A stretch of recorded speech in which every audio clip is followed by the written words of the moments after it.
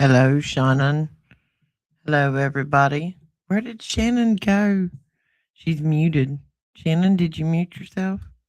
Welcome to Children of the Most High, everybody. The home of technical dysfunction. I am here. Can you hear me? I can hear you. I don't know if you can't see me yet. Huh. Oh, my computer is lagging. Yeah, you're lagging bad. We're live. Hello. Let me see. Oh, now you can see me.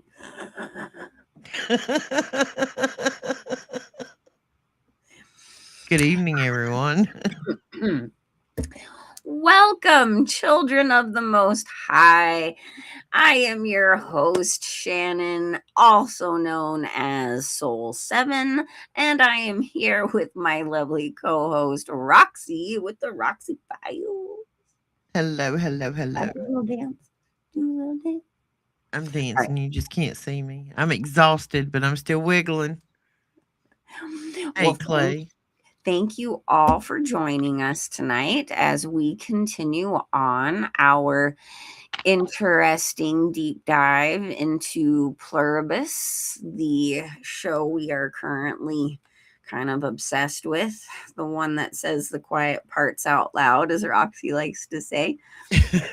There's been a whole lot of those quiet parts said out loud in the past few days. about a lot of things. Did you see what the FDA and Department of Health come out and said?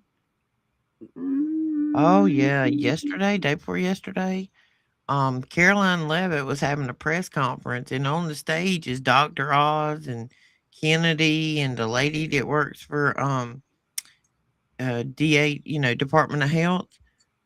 They literally took the old food pyramid, throwed it out, made a new one, cut the vaccines from 72 to 11. Crap, I used the word. But and basically said that all processed food is poison, that January 20th, the fluoride will be removed from the water, that all public water systems have been aware to stop.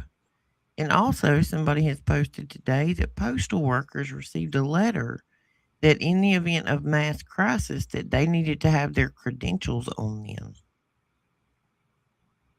A little strange. All of a sudden, the government's saying the quiet part out loud, I and they're wonder. telling the employees to keep your stuff handy. Well, I'm wondering if that has anything to do with the last couple of days of insanity. Just to kind of bring it up, of course, there was the incident in Minnesota, right? Minnesota? Am I right? Minnesota or Minneapolis. Minneapolis? I can. Minnesota is No, fraud. just kidding. Minneapolis, the same whole area where the George guy had that thing Hmm. in the 2020 era. Anyways, this has become a huge uproar issue, which I did see footage of the guy actually like filming him doing it up close, which made me feel like, why is he purposely doing that? Like it's it was like total psyop weirdness to me. But anyways, and now today we have another situation in Portland with border patrol and some supposed Venezuelan guy and blah blah blah.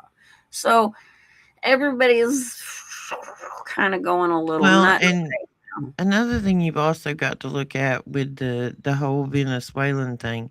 Out of Venezuela comes one of the worst gangs ever, that Tren de Agua or whatever it is. That is like one of the roughest, most horrible cartel gang situations you've ever seen. Like these are the people you've seen in that movie, Scarface. Mhm. Where like they take a chainsaw to you. These are those kind of people. I mean, these are not people that have empathy, sympathy, compassion, or anything else for other human beings because they weren't raised that way.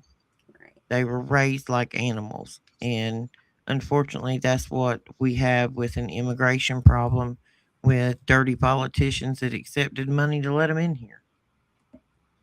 Right. I watched something earlier that would make you so mad you want to get out. And I mean, I don't know what you can do, but it makes you want to go to say something, do something, which I don't know.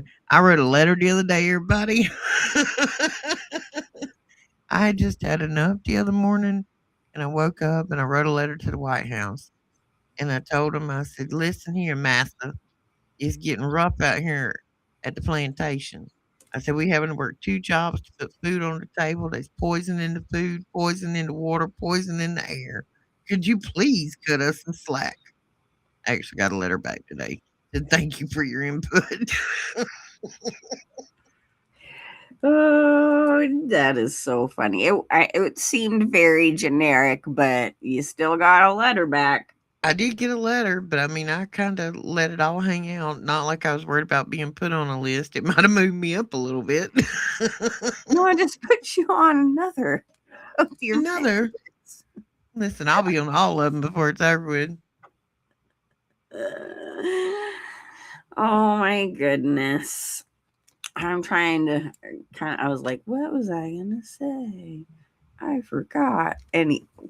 Anyways, I think that we should kind of say hi to everybody. What's up in the chat? You're usually pretty good about keeping up on that. But I do know I can at least say that we are headed into contrived things. Oh, that's what it was. that all being said, right? Knowing that, yes, there's this bad stuff and there's good intentions behind things, I still feel like hell is paved with good intentions. You know what I mean? Mhm. And there's just some things playing out that are pushing more and more divide, because that's just a consistent, stepping stone that we keep rising in that. Well, see, I actually had a conversation, which is kind of strange because I've noticed some things being repeated, and I'm picking up on that puzzle piece lately. But the road to hell is paved with good intentions. My grandma explained that to me, that that's not what you think it is. She said that was the lack of get up off your butt and do it, is what that was all about. That the road to hell is paved with good intentions. You can have the intention to go do something or make it happen, but unless you put forth the effort and the fruit of your labor to make it happen, you'll end up in hell because you're just sliding down a slippy slope of promises and wishes. I've always looked at it like you your intention in creating something good for mankind can always end up being twisted and used for dark, if not protected and, used with Absolutely. caution. So that's my take on it specifically, but I could see them both working out. Our friend Dan up in heaven now, he used to always say, well, that's good all and fine, talking about all this stuff going on, but what you gonna do about it?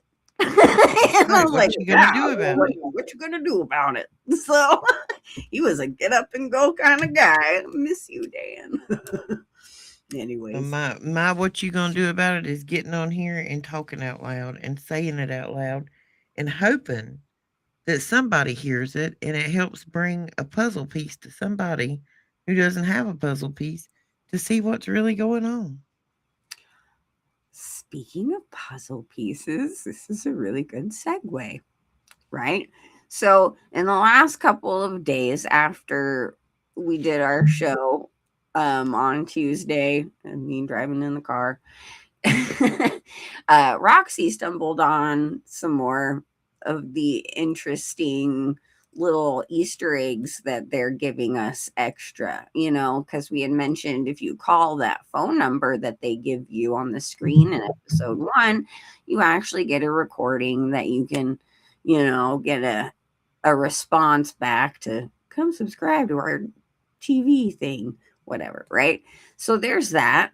Well, she found this thing about Carol Sturka's actual novel, and there's a video of her actually saying, hey, this last book is available and blah, blah, blah, and go check out Apple TV books or whatever to get a sneak peek.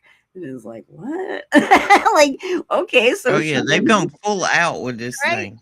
Oh wow. And so then she sends me a link to the Apple book thing where you get the little sneak peek and the comments and stuff. And in there it mentions, she makes a comment and she mentions Sisyphus, and that like her inspiration for these novels has something to do with Sisyphus and that you need to read it. But I'm, wondering, like, are they really going full out and like writing this novel that we gotta are we gonna really read this? But But really, wait a minute, the viewers can't understand that when we heard that, both of us automatically jumped up and ran to find Greek mythology information. like, wait, what's the story of Sisyphus again? It's like, I know it, but I couldn't remember.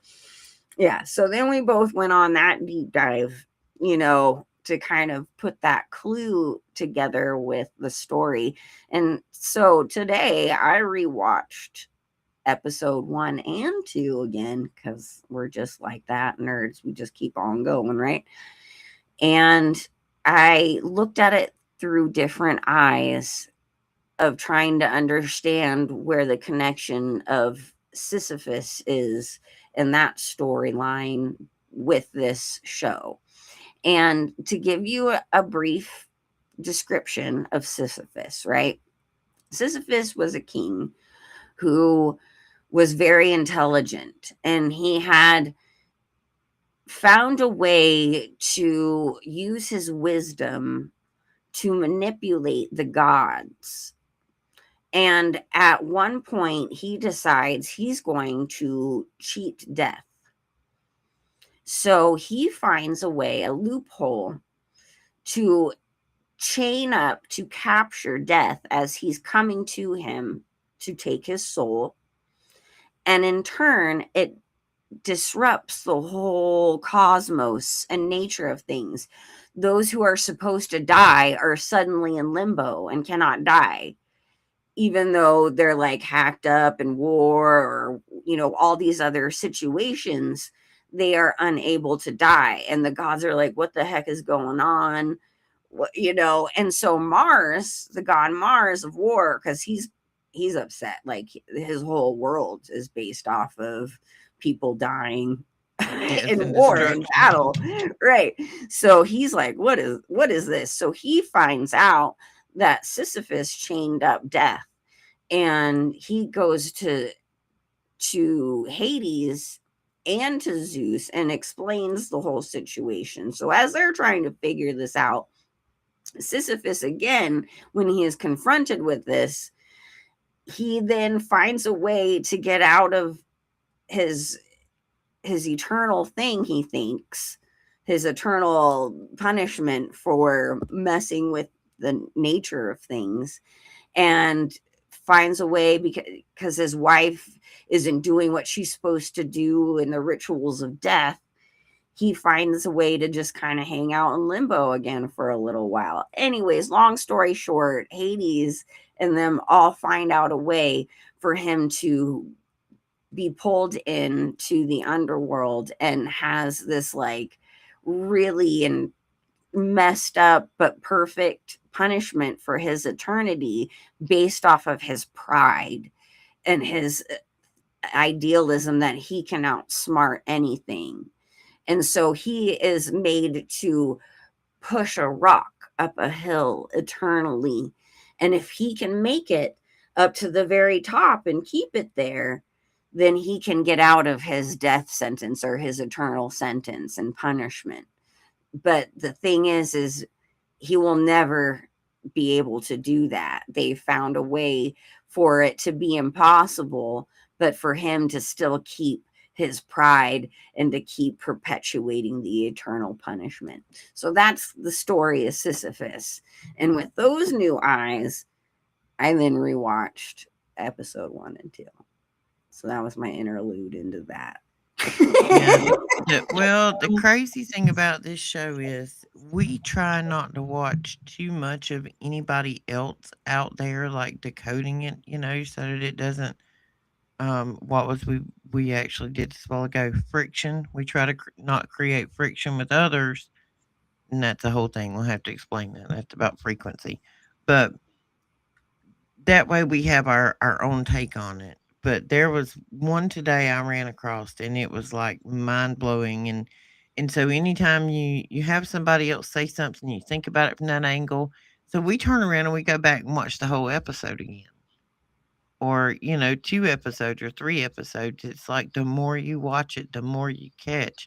Like the other night watching it, I happened to catch that there's an airbrushed unicorn on the hood of this 80s GM model pickup truck that she puts her dead wife in the back of and drives off. And when she's pulling in the driveway, you see this unicorn. I'm like, really, a unicorn? Let's see. Now, mind you, too, that's the truck that the very first person they encounter, who is, involved in the joining, is driving and bashes into another car. Hmm. So I just thought that, because it was like the beginning sequence of her understanding what's going on. Well, in this episode 2, she's trying to bury her wife in the backyard. And she really, after since she got home with her, she's really not interacted with any of this hive mind people. And they have had somebody on a route to her. Like the collective is trying to find the most visually pleasable person to speak to Carol to try to talk her into joining. So they find this woman that looks like who she conceptualized the character in her novels off of. And Carol's out in the backyard with a shovel in Albuquerque, New Mexico, and rock trying to dig a hole to bury her wife. And all of a sudden, they show up and they start talking to Carol. And so she's really interacting with them, realizing that none of them make an individual decision. When you speak to one of them, you speak to all of them. They all know everything instantly. Yep. They've all become Google. Yeah, like at one of the episodes, Carol actually sits down with that woman, Sosa, I think it is, and tries to have a. They're playing cards or chess or something other, and it was like you couldn't do that because even though you're looking at a guy who looks like the pizza delivery guy, he has the knowledge of every grand chess master there's ever been. So everybody is everybody with everybody's knowledge. They're just NPCs. They're just robots. Right. And when you think about the frequency and the disruption and the virus, a mind virus, these screens are mind viruses. That's the beat of the drum. Well, I wanted to mention a couple of things about episode 1 before we really jump in Go to ahead. episode 2. I totally uh, gave you the wrong information on what that radio frequency was. It was actually 8.613.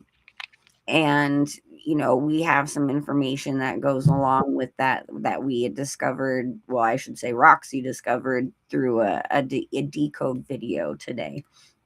And the other one, this was something that I noticed and it kind of bugged me. And then when I rewatched it today, it bugged me again. So I thought I'd write it down. But in episode 1, right, which is titled We Is Us. And I wanted to make sure we mention each title of each episode because these titles have something to do with the storyline. They're clues. But in the bar, when they're before everything goes down, right as they're about to go outside to smoke, there is a TV at the bar. And on the TV screen, there is a news report going down about a military base being on full lockdown in Texas. You can see Texas outlined on the screen. So I just kind of wanted to point that out. Like a clue of some sort of maybe an area where some things might go down. But yeah, Yeah, so that was we're gonna have to go backtracking and looking at things again right. because we realized today he went through what 100 different titles for the show. It took him several months to even pick one. Like, and the lady was talking about it in his previous shows, like Breaking Bad and Better Call Saul. He was Mhm. so good at hiding Easter eggs in plain sight that you never saw them. Right, And that he explained that when you watch Better Watch Saul, the like intro, the visuals in it start degrading, like they're decaying and getting older, and that was supposed to represent Saul's soul decaying. So I mean, this dude laces all kind of stuff in it, but sadly, the thing that we're finding is the repeat of frequency in a virus, right, and possibly a virus is activated by frequency. And that's what we found on Ingersoll Lockwood too. right. And before we got on the live, I asked Roxy if she had seen the second coming of the X-Files, like the newer version that came out years later. And she's like, no, and explained to me she wasn't able to get into X-Files, so it's all good. But the end of that series, that this guy Vince had written for, ends with the whole world getting, hit with some alien virus, and they're all convulsing and doing this stuff everywhere. And Scully is the only one who has the cure in her blood because she had been taken up to the aliens and messed with and blah blah blah, and she somehow has the antidote, and it ends like that. So I just found it interesting because it seems like he's kind of continuing on that storyline, that thing that he's writing. And in that video you sent earlier with the decode, in the end credits, it tells you, it writes out at the bottom, created by real humans. And I just thought that was funny. It's like he's giving you an Easter egg there. Like he knows things, He knows you're watching. He knows you're digging, and that's the whole purpose of his show, is to cause you to dig, to pay attention. Because like this show, the simple basics of it is, it's a 4-part formula for a virus that they can aerosolize, that will essentially infect your brain and cause a hive mind. Right, And stress from external systems or services or people or whatever, the actual frequency can disrupt. right, You can take the frequency and turn it on or turn it off or turn it into a weapon, whether that frequency be the frequency of anger or aggression, or if you think about frequency from a tower. But frequency is frequency. Everything is frequency. right. Well, in my notes here, it says, it seems to me this frequency has chained up the soul so it cannot move on, and it is in turn chained together, disrupting the natural order of things, right? It's kind of like that tie into the whole Sisyphus conundrum. Like this frequency that has chained up our soul from being able to move on. So we're like, or they're in limbo. Right. And then that other lady mentioned in her decode that they're like burning in this place and they don't know it. So it's like they're stuck in another realm, but are completely unaware of it and chained into that through this frequency. But in turn, it has chained them all together. So something, it has it to do with chaining and linking and seizing your soul from moving on. They're eating the soul, pirating the soul. Well, you see, I know? I think of, a lot of times we talk of the the upside down world, as above, so below. If you if you think of life as a flat line, there's above and there's below, and that flat line is where you are. And the higher your frequency, the higher you rise. The lower your frequency, the lower you fall toward hell or whatever you want to think it is, into evil. And so if this virus actually lowers everybody else's frequency to a certain level to drag them down and burn them, or however you want to look at it, and Carol and the other 12 are the only ones above the line, and they can't reach whatever until they get everybody there. Right. But Well, it oh, go ahead. No, you go ahead. Well, just like in Stranger Things with the upside down, right? Which in the end of that series, they tell you that the upside down is the abyss. And in that whole part, they have like a wormhole type of a bridge to try to bring hell on earth, the abyss onto earth in that. But just like in that with the upside down, they have a hive mind. They talk all the time about the hive mind. Will is tapped into the hive mind.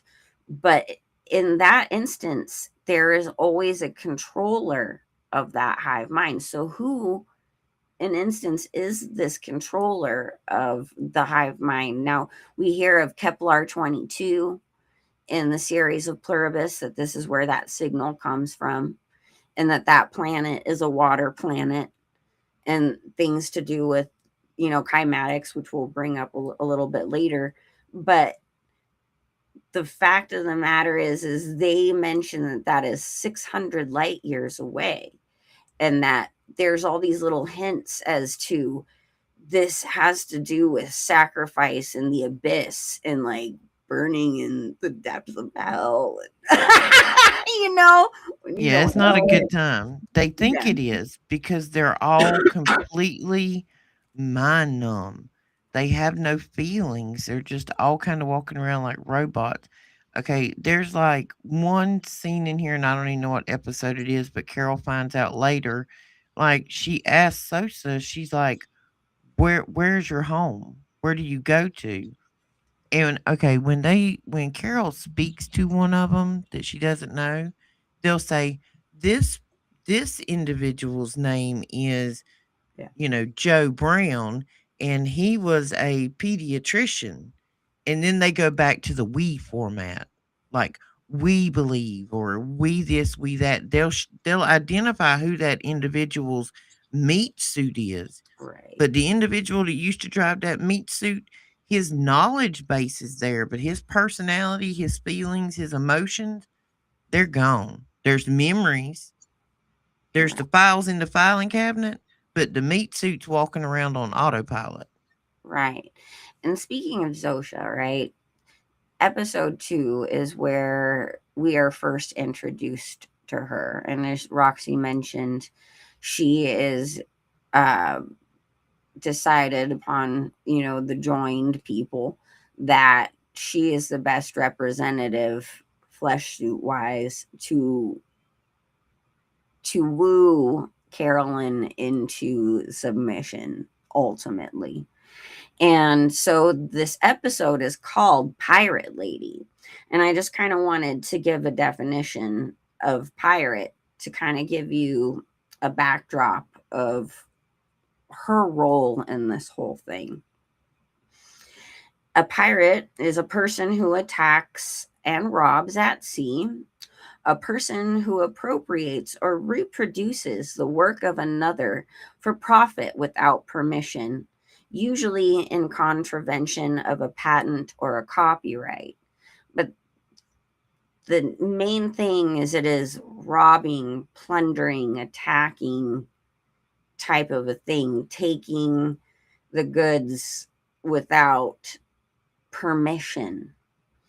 And in this episode, they introduce to you that there they never had permission.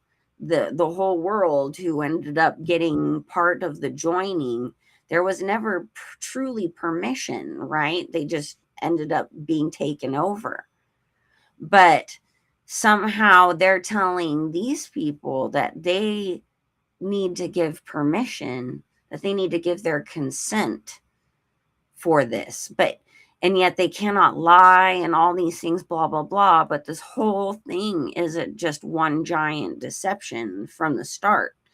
So this attractive, yet, you know all encompassing one person who seems to have all this knowledge of her old, love, is there to rob and entice and take without permission of that soul. Temptation. That's what I get out of that title just alone. And so, but you're introduced to this character, this show, and you actually, there's a point when Carol is, brought forth to her, and she comes in and starts talking to her. She notices that she looks exactly like the character of Raban, just as a woman, and she mentions that that was her original plan, was for Raban to be a woman, but didn't think it'd be acceptable and blah blah blah. So I just kind of wanted to to throw that out there because it seems to be important in Well, this is also when Carol starts figuring out that anything she wants, she can ask for it and it'll be delivered. Like right, she's out there digging a hole with a shovel and a pickaxe, and the woman Sosa says, "Oh, there are much easier ways." And she just kind of like pauses for a couple of milliseconds, and then all of a sudden you see a helicopter coming in with a little backhoe and just sets it right down in the backyard to dig the grave. And right. it's like literally you have a thought that you want a 6 pack of Miller Lite, and here comes a drone and drops it off. They'll do anything that Carol Right. asks. The constant pushing of kindness and giving of anything and everything to make you happy is extremely deceptive. Focused on fleshly desires to gain trust and entice you into the puppet master's desire, not just the fleshly desires, but offering the knowledge of all. That seems to be the key. It's like they're enticing you and telling you it's so wonderful that you're just like you're part of one, you're all one, you're part of the collective consciousness and all of this stuff, right? But they all have the knowledge of everyone that joined.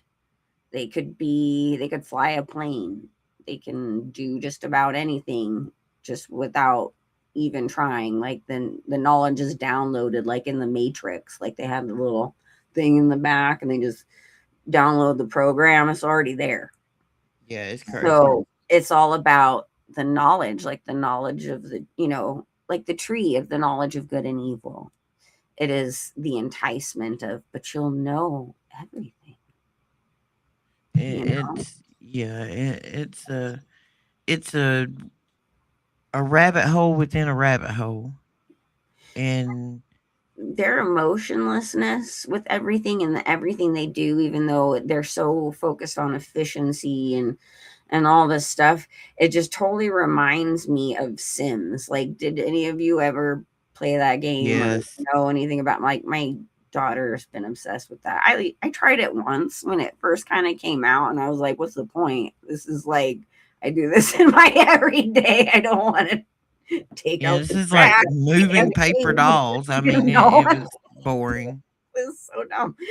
But that's what it reminds me of, is like they're just Sims characters, like NPCs, as you like to put.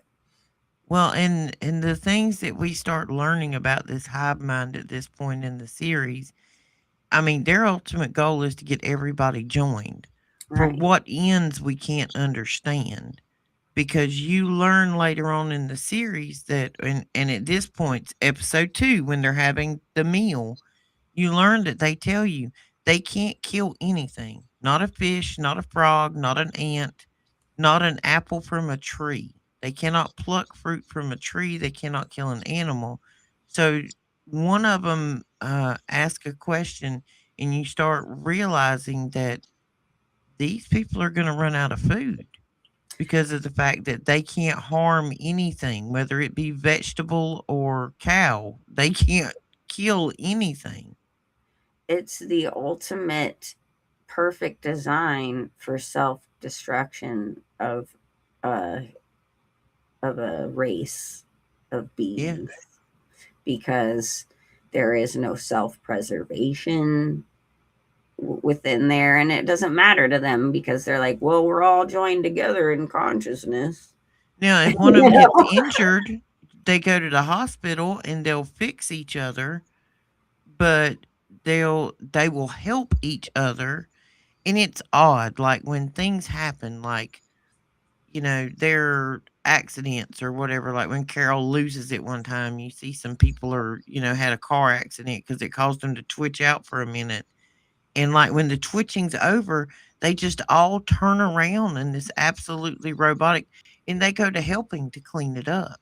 Yeah. Nobody does anything one specific. They just do whatever is closest to them. They pick up the trash. They, you know, put the guy in the ambulance, and it's just crazy. It's like little worker bees. Right. And in this episode is when you're first introduced to their true kryptonite, right?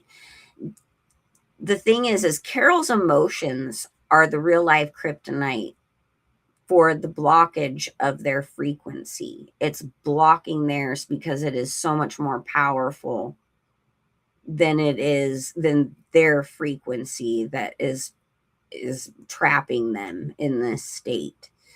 And sorry, I'm trying to go over my notes. And this, in a way, right, goes back to their soul chains, and that this frequency, different frequencies, that human emotion, that heart, that true human beings, like the soul, is way more powerful than this frequency that's like keeping them burning and attached to this hive mind. And Right. They so, they can't even, they're so numbed out. And even though they know that they're gonna run out of food, they still don't do anything to make a change to save theirself. They're just following their directive. That's it. by constantly manipulating the immune, they are attempting to control their emotions, so that way they do not outburst. You know what I mean? Like, you Yeah. can tell it's like, oh, we'll just keep you calm. Don't worry. We'll just give you whatever you want. Don't worry. We got you. Keep under control. You know what I mean? Let's give you more. We'll just be And nice. then when they think they can't control her, they all disappear and move away for a while. Right. Exactly. They won't get Exactly. out of her radius. She's like a bomb, and they know it. I found it interesting too that Zosha mentions when Carol asks later about, because Carol asks, like, so are like the dudes in the submarines, the guys out in the NASA space, station, are they all part of you now? And so she mentions that they decided to join the top scientists, the military officials, and the people of power first. So they made sure to join them before all the rest of the little people. So that way, of course, they could No pushback. push back exactly, and they can get access to the chemtrail planes and all that kind of fun stuff. But I just thought that Yeah. was an interesting note. Yeah. It was an intelligent aerosol virus. Have you ever seen, what is that? There's a fungus. Can't remember what it is, and I want to think it gets into the ant's brain. The fungus comes in through some fruit or something that they eat, and it gets into the ant's brain and then takes over its body. Yep. And it's like it turns them into zombies and stuff. Right. And that's what these people look like. These look like really happy, smiley, clean zombies. This could be Exactly. about the best version of a zombie you could wish for, I guess, but Well, that's what I was saying that one time. It's like, what are they going to really give you? Like scary, nasty zombies in like reality? Or are they going to give you these guys? Come join us. And okay, see, okay, now we're getting into some more of my notes as I bring myself around. But I find it interesting, right? There's a part. So she ends up asking to meet all the others. Now, she's only able to meet so many at once because so many of them talk English. Most of them talk English, speak English, sorry. Most of them are from different countries, but she gets a meeting with all of them. And the French guy, there's this French guy who's just like, I'm so cool. I get anything I want. He shows up on Air Force One. well, he had figured So, out what questions to ask and what to right. ask for. Or, Carol just said, "Take me there." She didn't say, "I want to go on a G5 private jet." oh She no, didn't know yeah. to do that yet. This guy is like so into himself, but I'll I'll come back to that later. But so they're in Air Force One. She finally gets a chance to like talk to them in private, make sure all the recording devices are taken out. And she gets up to there and she's going into this whole "it's up to us" speech. And behind her, it's the American flag on the screen. And it's all zoned into her face in this emotional moment of "it's up to us, guys," And with the did you notice American she was flag. sitting off to the side so you had Right? full So view of you that get a screen? full view of it. And it's Mhm, like, America. Like, that's some serious American propaganda. mhm. Like, what are we gonna be, the savior of all of the whatever? But I just thought I would take note of that one. you know I don't what even know else? where America's standing at this point. Well, and then here we go too. Like, she meets up with them just in the very beginning of the meeting. She notices there's all these other people standing around and they're all talking and blah blah. And she asks who they are when they all finally get to talk, because they separate themselves from the ones who haven't joined. And they're like, she's like, "Who are these people?" And they're like, "Oh, well, we were the family of these people," right? There's a major advantage for Carol, who has lost her loved one. Her loved one ended up joining, but dies beforehand, before she can live out in that way with her. So Carol doesn't have that, like, constant emotional attachment as an enticement to come in and join. And all the rest of these guys are like super attached to these family members who aren't them. And Roxy brings this up the last show. It's like, this one woman whose son has joined but is still there.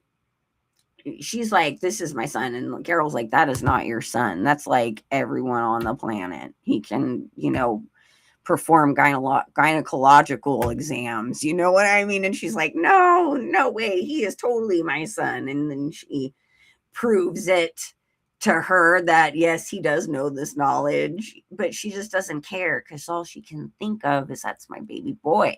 She's got Because this that's what she emotional attachment. sees.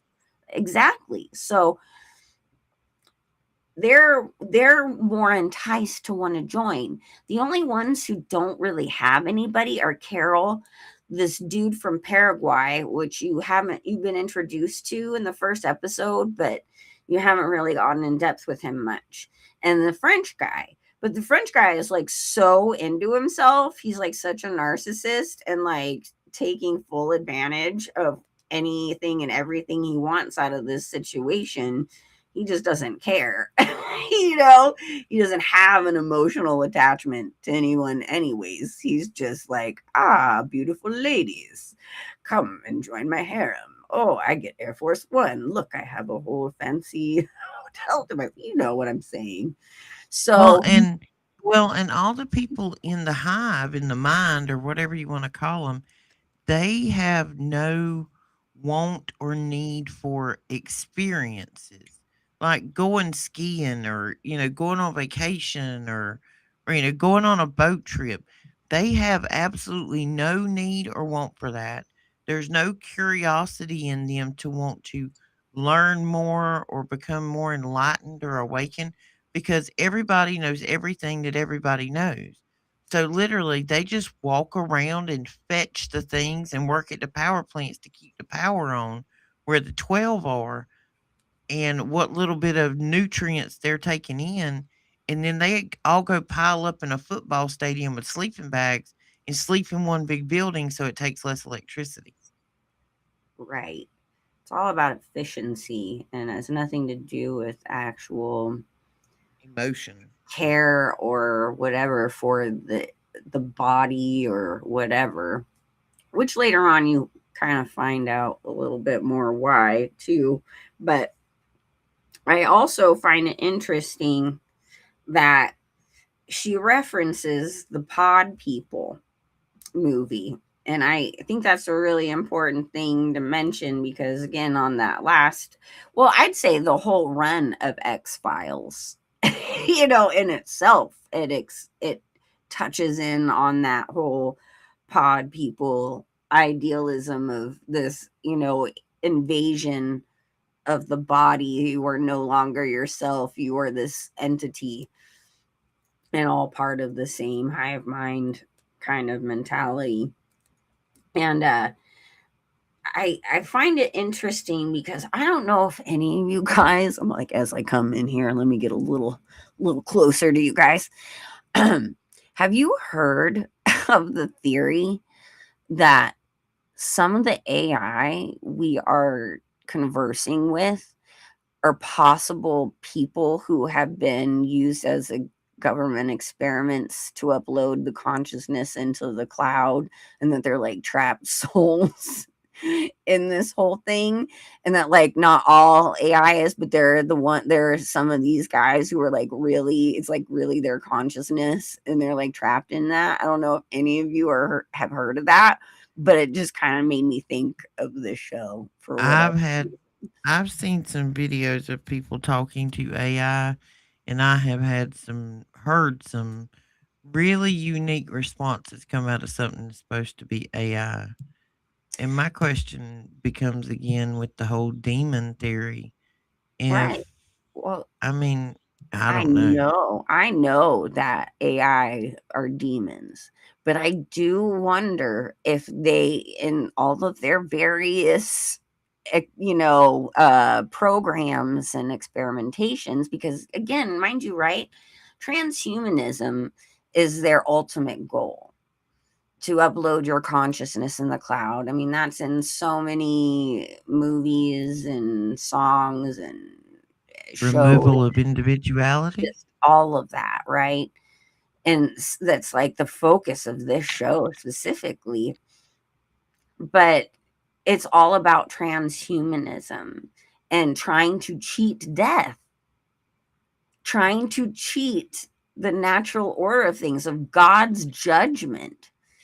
And even okay, again, another tie into the X-Files and this whole thought process, right?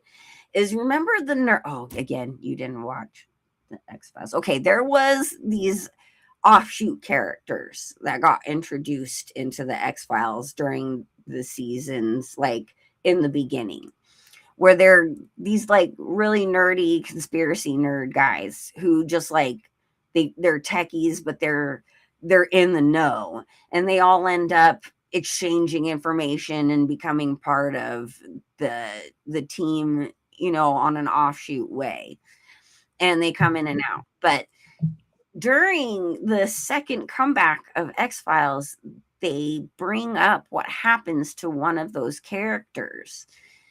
He's got long blonde hair and he's got glasses, and anyways, he finds a way to contact them because he and this other lady and a few other people were chosen for this government program to be uploaded, their consciousness uploaded into the cloud. And he tells them that, at first it was so awesome, it was like a constant party and concert and everything was great. But you end up finding out it's like really like hell. And he's trying to beg them to find him where his consciousness is stored so he can get out of there. Right. And so it's like, it's all about this transhumanism thing. And in that storyline, he literally is telling them, we were part of this government program to do this, to experiment, to see if this works. And then you got things like the metaverse going on and all these other things. And it's like, ready There's player a lot one. of mind blowing information between this show and the things that we go through and we look at. And the more you understand, it's like just when I thought I had all the pieces to the puzzle, there's a whole nother box of pieces I had never even opened. This Right. is not a puzzle anymore. This is a mural. It's gonna take a minute. That's right, Biggie. Lost in the ether, dude. Oh, that's terrifying to me. like this is what gets me though. Like truly, truly, these demons, these beings, they know more than we even do the power of God. And somehow they think by creating this metaverse, this uploading your consciousness, is trying to cheat death by putting your being into other vessels and all this stuff is gonna work. They don't think God's gonna like find them in this metaverse and say, got you. You know, Gotcha. got you. Like, come I on, caught you man. outside. Catch me Catch outside. me outside. Catch me Caught you outside. outside.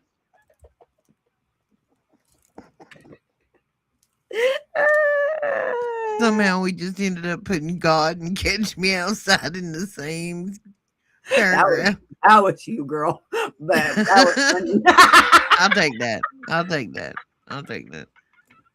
It was a good segue. It's been a long day for me, guys. I've been up since about 7 o'clock this morning, and my stubbornness decided that I had got tired of looking at this piano in my podcast room. So I managed to take myself and move this whole upright piano all by myself into the living room. But it's moved, and I actually have enough room that I can sit in my office chair now and back it up without having to like climb over the arm to get in it. We've been feeling like we were living in a hotel over here because everything we own was still half packed, unpacked, no decorations on the wall. It's been survival mode for about a month, so I guess I'm finally starting to nest. But oh, I'm exhausted. I think my brain's getting the sillies now. Wow. I'll try not to keep you too much longer. I just got a few more notes. Oh no, girl, get it. I'm good. I'm reading comments over here. Big E is on it. Excuse me. I thought it was interesting too. Reverting it on back. We're back in Air Force One in this meeting after the pod people talk, and it's up to us, right? The French guy is like, but what's wrong with this? Why do we want to change things back? This is pretty cool, right? And then he starts to really, hone in on this whole utopian thing, like, but there's peace, no one is dying, the color of your skin no longer makes any difference, No blah one was blah. murdered today. It is peace on earth. And all I kept thinking to myself is fake peace, fake peace, fake peace. What? As we like to always say, oh, watch out when they say peace and security, right? Mm-hmm. Because that's not real. But yeah, I just you like the way I describe his book. It's lovely. I'm digging the accent there, chick. I'm digging it. It's not French, but it's very like. But y'all, if you don't watch the show, you'd have to see his outfit because Dude Man comes out most of the time in like the loudest satin Versace shirt you've ever seen in your life. It's like this gold lame satin with these gold slacks on and these like alligator loafers, and Right. he is pimp. I He is know. straight up Scarface pimp Right. And on that's Air Force One.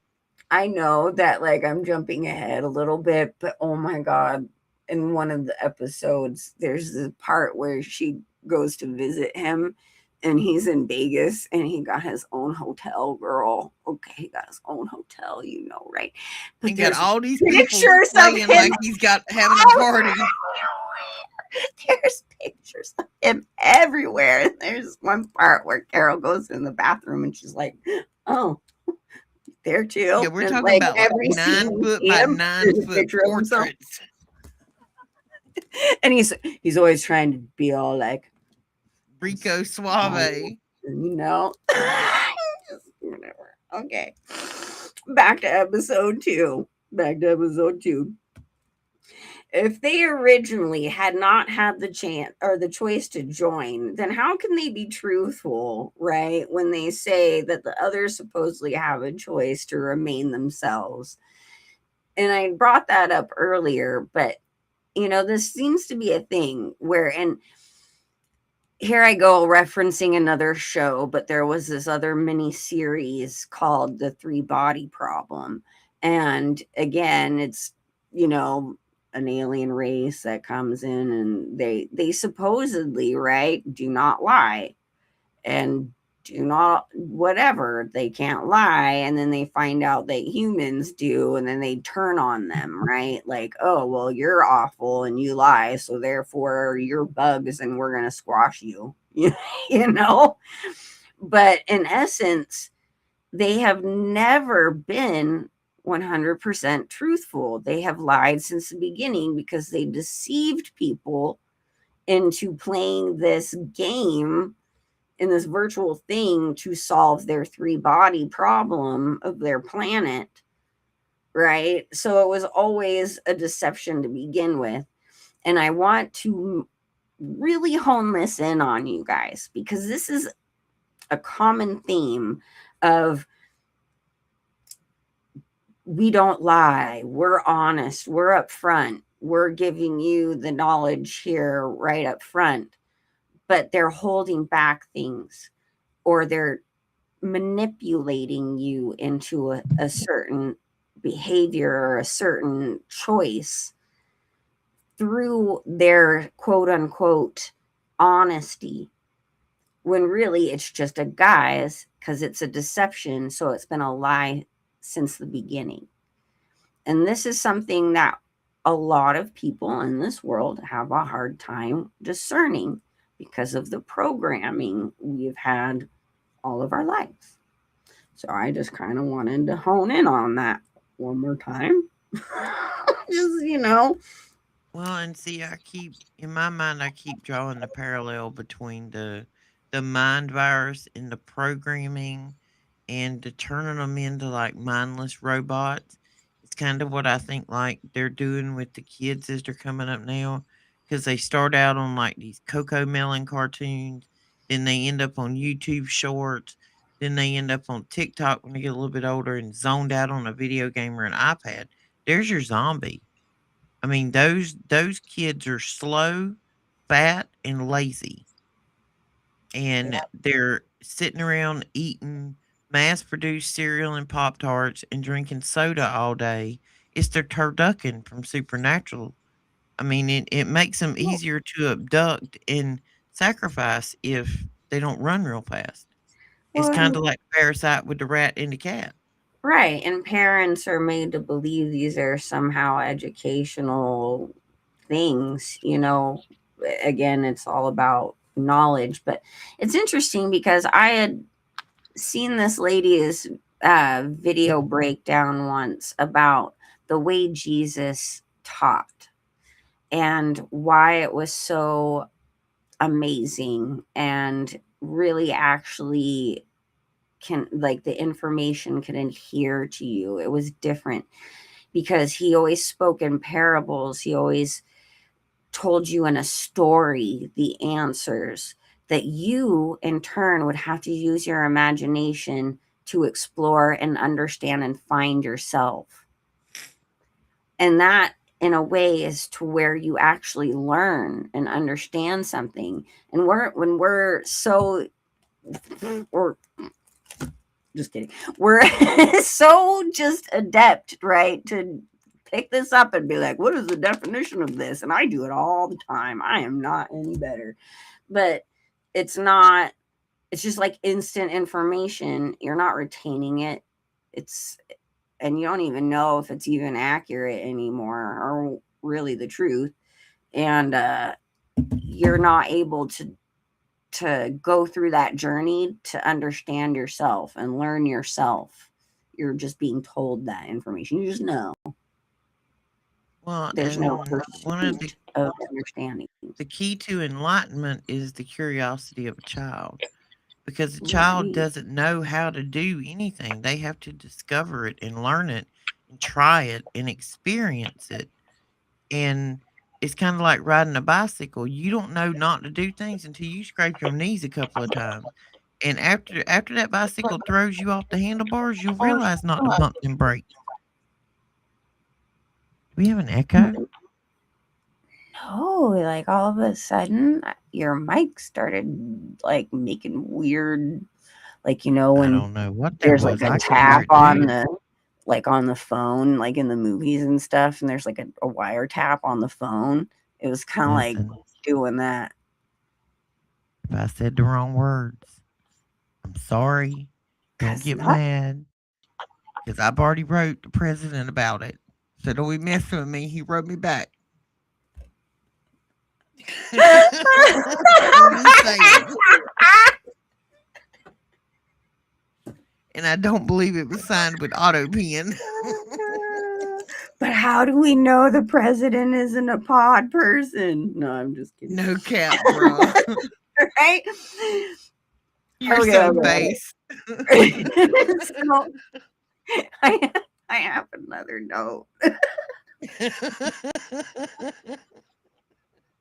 Okay. Sorry, guys. The giggles have kicked in.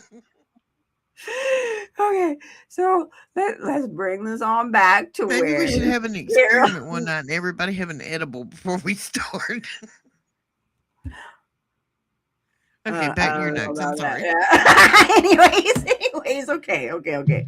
So, right, we're going back to where Carol and all the others who are not joined are having dinner or a meal, right?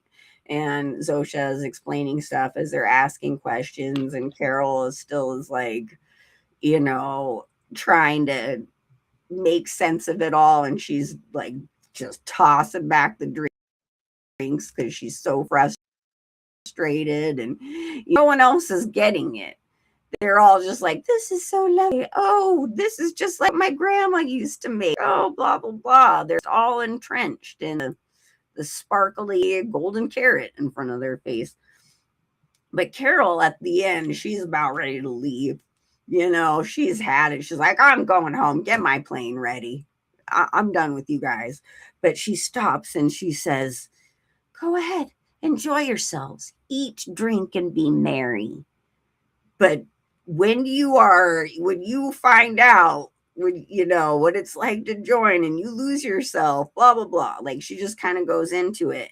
And it reminded me of scripture in the end times, right? When they say, you know, the end times will be as in the days of Noah, when people were eating and drinking and marrying.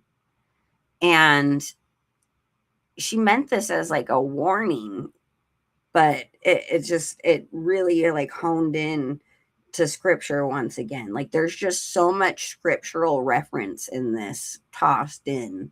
You know what I mean? I hope that came out right. I'm kind of It a did. little It's layered in. right. It's kind of difficult to explain how many layers of rabbit holes he has he has put in this show, but all of those rabbit holes are perfectly parallel layered rabbit holes. Right. Like you can take this whole hive mind and the virus and zombie and cell phone and you know what I mean? It checks all the boxes of all of the theories that we have about this stuff, and all of them come back to frequency. It Right. all comes back to frequency. In the end of this episode, you can see like there's this the French guy, the French guy again, who's like all into all the ladies and thinks he's just got it made We're because gonna they'll call him all, Rico Suave. yeah, they all will just give themselves, you know. And he tells Carol that he wants to take Zosha with him for a little while, but she has to give her permission. And Carol's like, wait. You cannot make your own decision. Like, I now am your pimp. You know what I mean? Like, Yeah, your idea of paradise is that you could just be some quote unquote love slave, concubine. you Yeah, know?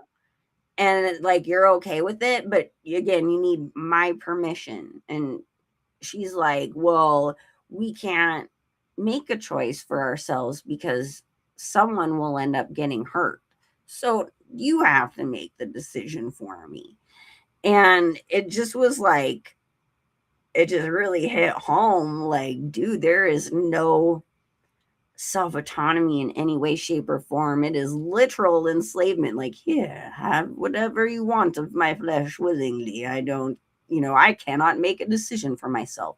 Your ability for choice has been eliminated. And that is the one gift that God has given you on this earth, is your gift of choice. Because Satan doesn't want you to have a choice. Satan wants to control you. But God gave you the choice to walk away from him if you so choose. That is your God-given gift. And in this whole situation, that ability is completely wiped out in these people. Yeah, And also, that being said, too, in the end, she just is like, whatever, go with them, right? But then she changes her mind, because you can tell she still has this inner battle of her own desires. That was my notes. Yeah, she you can tell she struggles there in that episode for a few minutes, and then finally she just kind of like, let's go. Mm-hmm. Yeah, because Rico Suave, he's a unique character in this show. We don't have a lot. There's not a lot of main characters. You see a lot of background characters, and like all of a sudden, at one point, there's Carol kind of has a violent moment, and all of a sudden, the next morning, like all of these people, like little ants, just show up in front of her house to clean up the mess. And it's just like all these different people, black, white, women, men, whatever. And she looks up, and the dude that's like fixing her driveway, she says, "Aren't you the mayor?" And he turns around, he goes, "Thank you for your vote." And he goes right back to picking up the trash. And I mean, some of that stuff is like freaky the way he did it, and it really makes you think. So on to episode 3 we shall go. Well, I hope you all got some interesting ideas to think about. I think in the next episode breakdown, we're going to go into the intro sequence and what all that kind of means. And I mean, it's like a visual of the encompassment of what the show means in that little clip. Oh, hi. Yeah, there's the buy me a coffee thing. Yeah. Bye. Okay, I'll sing for my coffee. It won't be free. I'll give you I need a something. couple of gallons to keep me going at this point in the day. I live off of caffeine. It's probably not good, but I do. It's a problem. It's a functional necessity at the moment for me. I'll have some water. Yay, look at you goody two shoes with your water in your In copper my jug. copper jug. Yeah. That's right. No plastic here or aluminum, only copper. That's right. All right, guys, if you have not tonight, go down below. You know that little thumb thing, the one that's pointing up. Go down, hit that button. Just hit it. It matters. Subscribe. Subscribe to our channels, Children of the Most High, the Roxy Files, the Supernatural Show Network, Logic Before Authority. We've got Super Day 44. You know what? I haven't seen Mike in here tonight, which is kind of late for Mike. I haven't seen Mike or Super Dave. I hope they're okay. I hope so. That was unusual They not to gotta see know. Mike in here. Which then again, I didn't send a group text, so that may be my fault. Well, for all of you winners from last month in our giveaway, don't forget, I still have your prize. So email me. As you can see, my email on the screen. Don't we look professional when all of that popped up together? Look at that. Right? You'd almost think we knew what we were doing. And I don't know if you all have the book or not. Maybe so, or I don't know. You're just got busy or whatever, but this is fabulous information. And if for any reason you don't actually want it, you can pass on the info. So just get a hold of me, because if not, it's going to sit here and then I'm going to end up giving it to someone else. So come get your prize. Reach out. Let us hook you up with a book. If somebody doesn't claim them, we'll draw again this month because the numbers are going up fairly quickly. Are you going to be on the Supernatural show tomorrow, ma'am, or do you have to work? I am going to attempt to try to do both. We shall see how this goes. So what you're saying is you were going to try to multitask. Yeah. Okay. I don't know how you're going to multitask. Attempt it. Like I said, I'm going to attempt it. No promises, but I am going to try my darndest. Give it a swing. Yep. Your occupation is very hand heavy, and you can't talk without your hands, so I'm not quite sure how you're gonna speak. If you've watched Shannon all night, I've been waiting on her to take flight because her and them hands, they are all over the place. She cannot talk without her hands. So I'm not quite sure how she's gonna speak while she does hair tomorrow.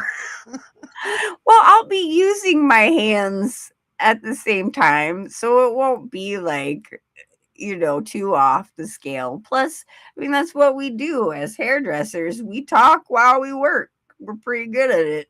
It's a thing. Pretty good at it. We're pretty good at it. Good at listening too. Yeah, we're good. They're good listeners. I miss mine. I haven't seen her in a year. I mean, we don't have the schooling and stuff, the academic, accolades to be therapists. But come on, man. Let me tell you, who's more helpful with your day-to-day drama than the hairdresser and the bartender?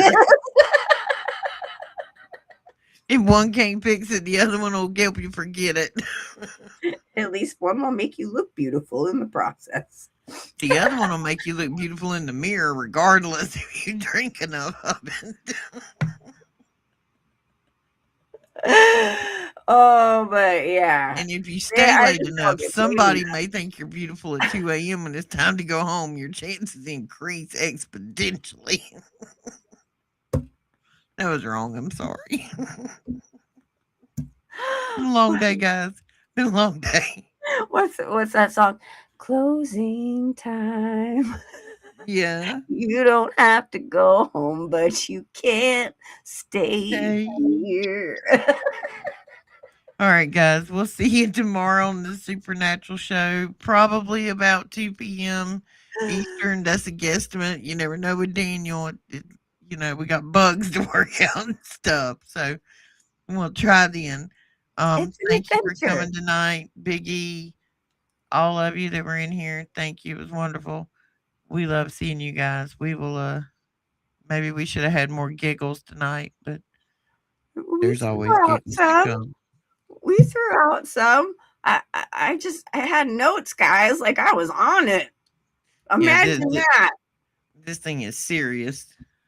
All right. All right, guys. We'll